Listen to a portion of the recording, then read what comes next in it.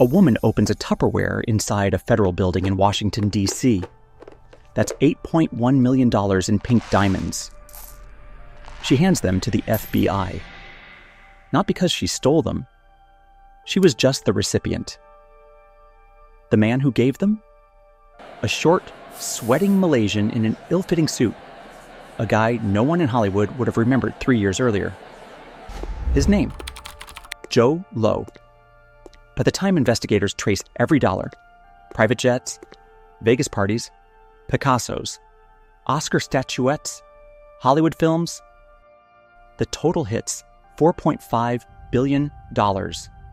Not a million. Billion. Stolen from Malaysia's government. From schools never built. Hospitals that existed only on paper. Laundered through Leonardo DiCaprio's art and Martin Scorsese's film sets. Spent in plain sight among the world's richest and most famous. And for 6 straight years, no one stopped him. How did he pull it off? That's exactly what we're about to uncover.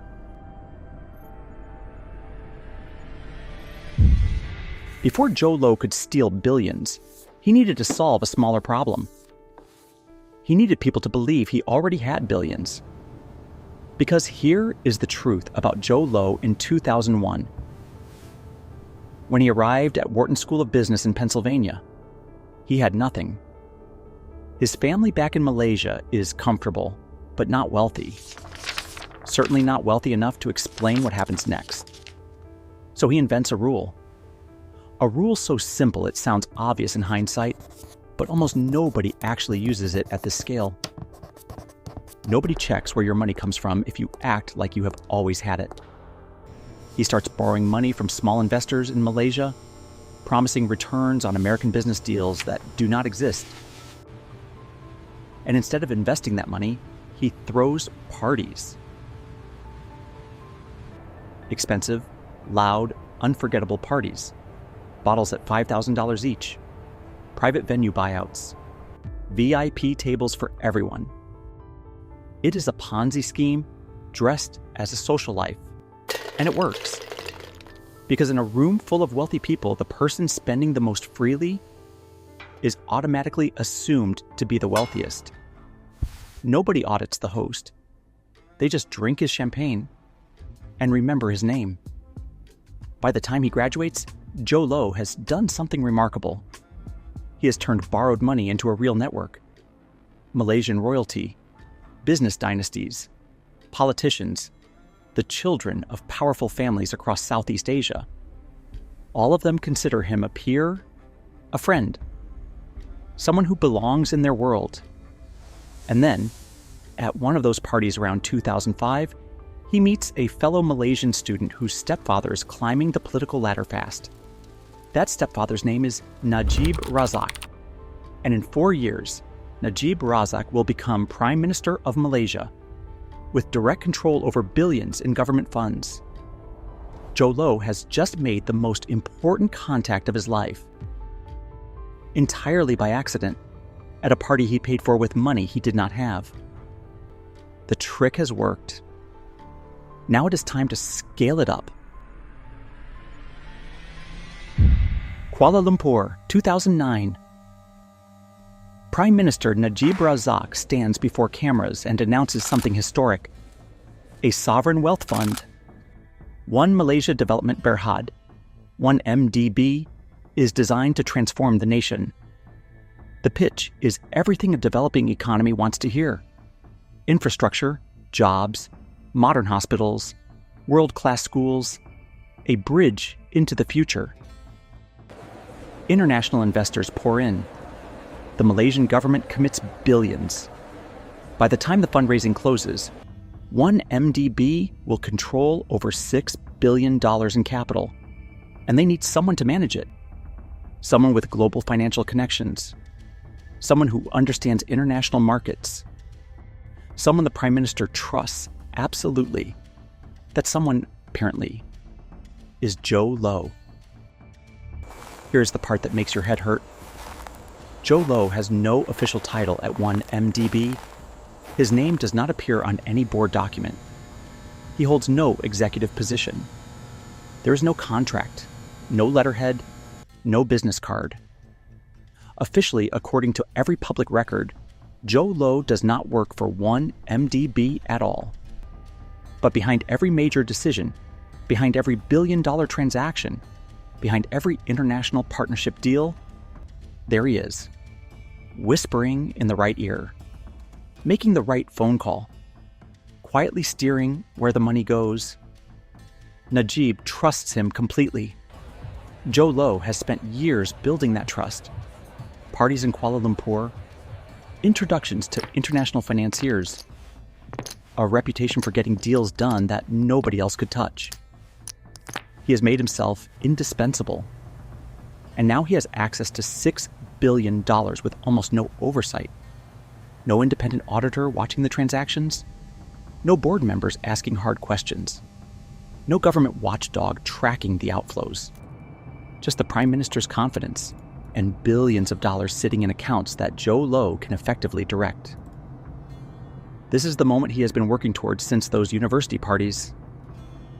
The entire social architecture he spent a decade building, all of it was pointed at exactly this: getting inside a room where nobody would question him, with enough money to make anyone who might question him simply go away. The theft begins almost immediately. Here's the thing about stealing $4.5 billion. It sounds complicated. It is not. The complexity is not in the scheme itself. The complexity is in the paperwork that hides it. Let me show you exactly how it worked. And when you see it, you will understand why it took so long for anyone to catch it. Picture it like this. Imagine your employer gives you $1 million to invest in a real estate project. Instead of buying real estate, you create a fake company. Let us call it Global Property Partners Limited. You send the $1 million there. That company holds it for 2 days, then transfers it to another company you secretly control. This one registered in Switzerland. That company moved it to Singapore. Singapore moves it to the Cayman Islands. By the time the money stops moving, it is sitting in your personal account. And the trail is a maze of 11 different companies across 6 countries. Now do that with $1 billion. And do it 18 times over 6 years. That is one MDB. Jho Low creates a network of shell companies, hundreds of them, registered across the Seychelles, Cayman Islands, British Virgin Islands, Switzerland, and Singapore. Each one has a professional name. Aabar Investments PJS Limited, SRC International, Tanori Finance Corporation. They sound real. They have letterheads, bank accounts, even website presences in some cases. But there are no employees, no offices, no operations. Just a name, a bank account, and a wire transfer destination. The money flows like this. One MDB authorizes a transfer for an investment project. Say, an energy deal in Abu Dhabi. The documentation is flawless. Signed contracts, governmental stamps, board approvals. The money leaves Malaysia's accounts heading toward a legitimate-sounding destination. Except the destination is one of Jho Low's shells. That shell holds the money for 48 hours, then moves it to the next shell. The next shell is in a different jurisdiction. That jurisdiction's bank only sees a transfer from another legitimate financial institution. No red flags. It moves again. And again. Each bank in the chain sees only one link. The Malaysian bank sees money going to a legitimate investment vehicle. The Swiss bank sees a transfer from a Seychelles investment company. Singapore sees a wire from Switzerland. None of them see the full chain. None of them know this is Malaysian government money, just running in circles until it lands in accounts Jho Low personally controls. March 2013. 1MDB transfers $1.03 billion for an energy investment partnership. The money leaves Malaysia on a Monday. By Wednesday, it is in the Seychelles at a shell called Aabar Investments PJS Limited. Notice that name carefully. The real company is called Aabar Investments PJS. No limited at the end. Jho Low's fake version adds one word, designed so that anyone glancing at the paperwork sees Aabar and assumes it is the genuine entity. The money sits in the Seychelles for one day. Thursday, it moves to Switzerland. Friday, Singapore. The following Monday, Cayman Islands. 1 week. $1.03 billion. Gone. And nobody noticed. Because when anyone in Malaysia's government called to verify the transactions, officials confirmed everything was legitimate. When auditors tried to investigate, Najib's office blocked them. When international banks flagged unusual patterns, Jho Low sent detailed documentation, fake but professional, and the flags were cleared. The Prime Minister and his chief enabler had built the perfect machine. One owned the political authority to silence oversight. The other provided the financial architecture to move the money invisibly. Between 2009 and 2015, they funneled $4.5 billion out of one MDB. Not million. Billion. The largest theft from a sovereign wealth fund in recorded history. Schools go unbuilt. Infrastructure projects stall. The Malaysian people wait for a future that has already been stolen. And Jho Low flies to Los Angeles to become a movie producer. Los Angeles, 2012.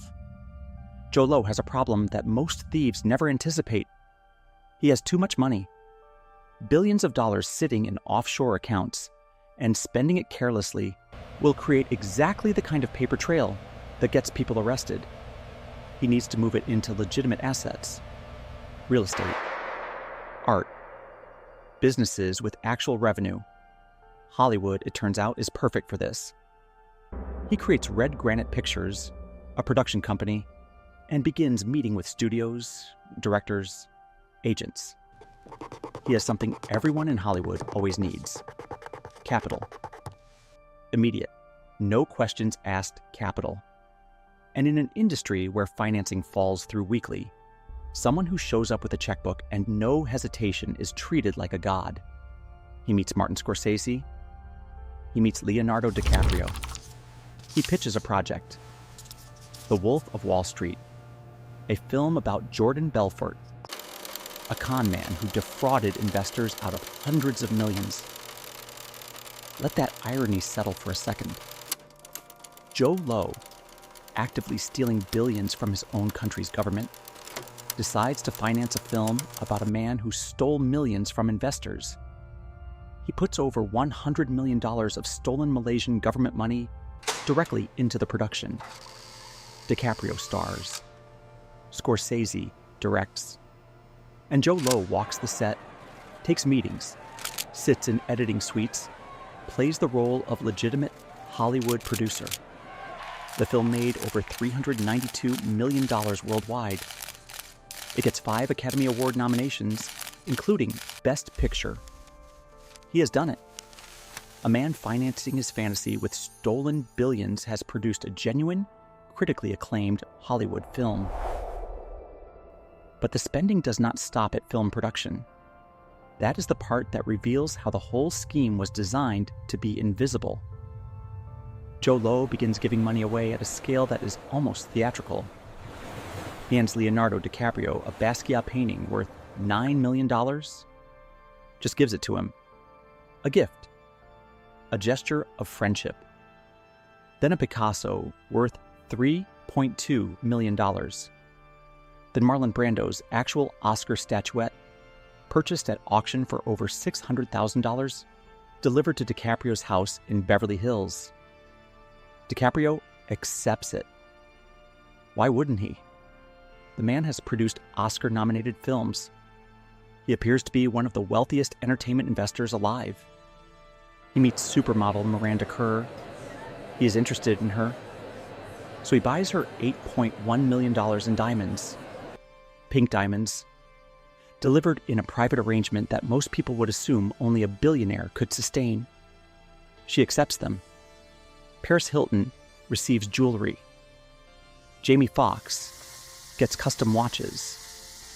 Celebrities travel on his private jets, drink his champagne at his parties in Las Vegas and Saint-Tropez in New York, post photos from his yachts.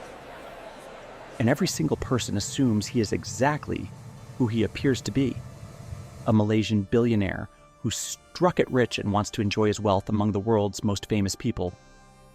Here is what Jho Low understood better than almost anyone. Legitimacy is not about documents. It is about perception. When you are producing Oscar-nominated films and gifting Picassos to Leonardo DiCaprio, no bank on earth asks to audit you. Investors see your name next to Scorsese's and assume you are a safe bet. Even the Malaysian government, which is being robbed, sees one MDB's name attached to a Hollywood blockbuster and assumes the fund is performing internationally. The spending is the camouflage. The more flamboyantly he spends, the more legitimate he looks. For years, it is a flawless performance. London, July 2015. A journalist named Claire Rucastle-Brown, running a small online publication called Sarawak Report, publishes documents she has spent 2 years obtaining. Internal 1 MDB records, bank transfers, shell company registrations. A paper trail that, assembled in the right order, tells a story that is impossible to explain away. The Wall Street Journal picks it up within days. Then every major publication on Earth. The FBI does not need to find a whistleblower. They read the news, and they begin tracing the money.